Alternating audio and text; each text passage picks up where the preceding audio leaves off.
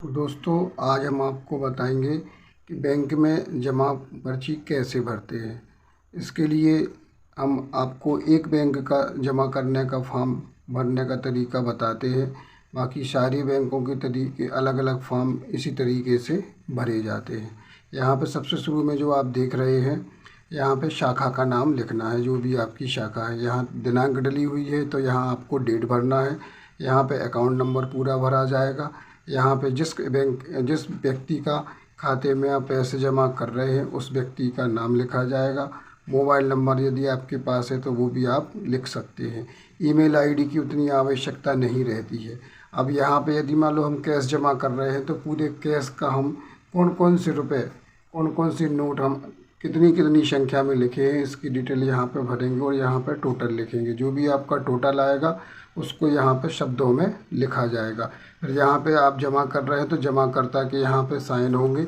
इसी तरीके से दूसरी साइड की जो पर्ची है, जो आपको जमा करने के बाद यहाँ पे सील लगा के बैंक की आपको वापस मिली जाएगी, वो भी इसी तरीके से यहाँ पे भरना है। शाखा का नाम, दिनांक और अकाउंट नंबर, नाम, मोबाइल नंबर, रुपए और इसके बाद जो है अंकों में और शब्दों में रुपए भर के यहाँ पे सील लगा के बैंक आपको वापस कर देगा। तो आपके अकाउंट में पैसे जिसमें आपको जमा करना है वो जमा हो जाएंगे।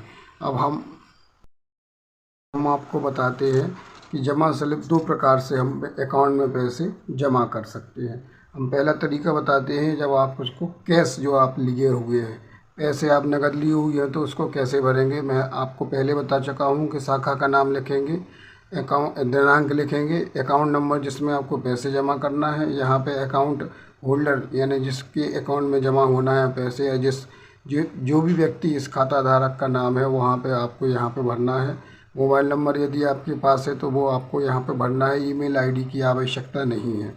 अब यहाँ पे आपको जो कैश आप लिए हुए हैं तो वो कितने नोट आप कितनी संख्या में लिए हुए हैं वो आपको भरना है। मैंने आपको ये तरीका बताया है कि यहाँ पे यदि मान लो आप 500 के 4 नोट लिए हुए हैं, 200 के आप 5 नोट लिए हुए हैं, 100 के 6, 50 के 7, 20 के 8 नोट, 10 के 10 नोट और 5 के 8 नोट आप लिए हुए हैं, तो यहाँ पे आपको यहाँ का टोटल पूरा आपको यहाँ लिखना है कि 4 नोट 500 के हैं तो वो 2000 हुए। इस तरीके से ये सारे जो हैं पैसे कितने कितने बनते हैं वो यहाँ लिखेंगे।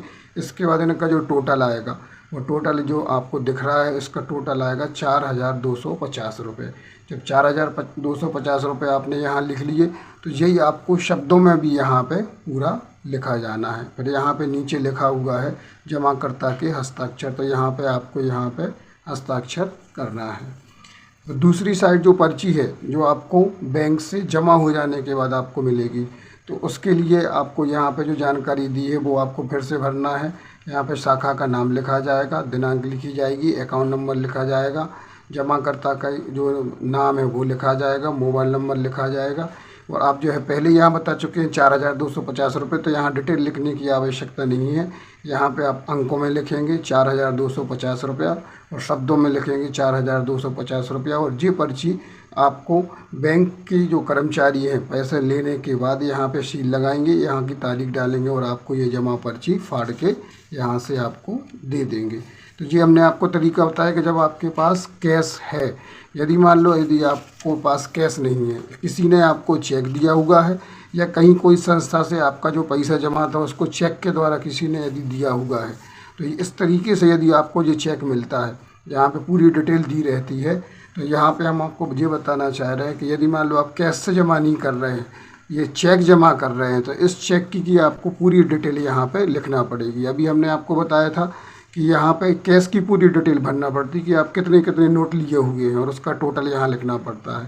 परंतु यहाँ पे आपके पास जो चेक है, इस चेक में सारी चीज़ें दी रहती हैं। यदि सिर्फ के लिए आपको जिस अकाउंट में ये पैसे जमा करने उसकी डिटेल इस जमा पर्ची में आपको देना है। तो जैसे हमने आपको बताया है कि इसमें आपको शाखा का नाम लिखना है। हमने शाखा का नाम यहाँ पर डिटेल नहीं दिया है, जो भी हमने लिखा है तो ABCD के रूप में लिया है। दिनांक यहाँ भरेंगे, पूरा अकाउंट नंबर भरेंगे, नाम भरेंगे, मोबाइल नंबर आपको यहाँ पे भरना है। अब चेक में देखिए आपको कितने पैसे चेक में लिखे हुए हैं वो आपको यहाँ से देखना है।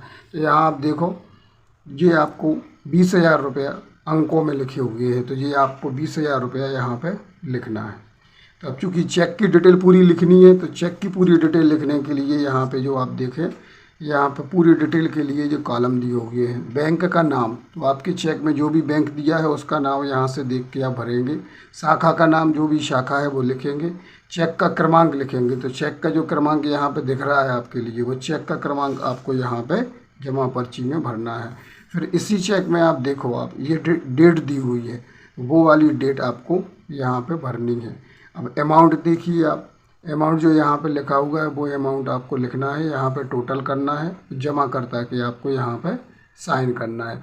दूसरी तरफ जो स्लिप आपको बैंक से वापस मिल रही है, ये चेक आप इसके साथ जमा पर्ची के साथ लगाएंगे और ड्रॉप बॉक्स में या बैंक कर्मी को देंगे तो वो आपको सील लगा के देगा। तो ये पूरी जानकारी जो यहाँ पे दी है वो आपको फिर से वही की वही भरनी है जो आपने दूसरी साइट दी थी। जो आपको पर्ची वापस मिलना है उसमें आपको पूरी जानकारी जो दी है वो यहाँ पे आपको पूरी जानकारी भरना है।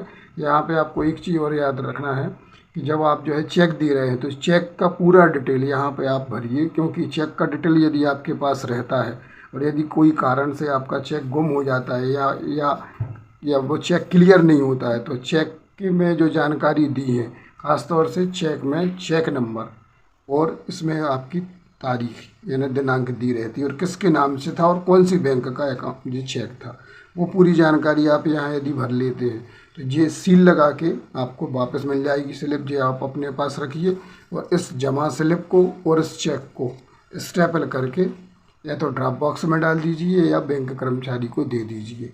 तो ये हमने आपको जो पूरा तरीका बताया कि 2 तरीके से हम जमा पर्ची भरते हैं, एक तो कैश से और एक चेक द्वारा।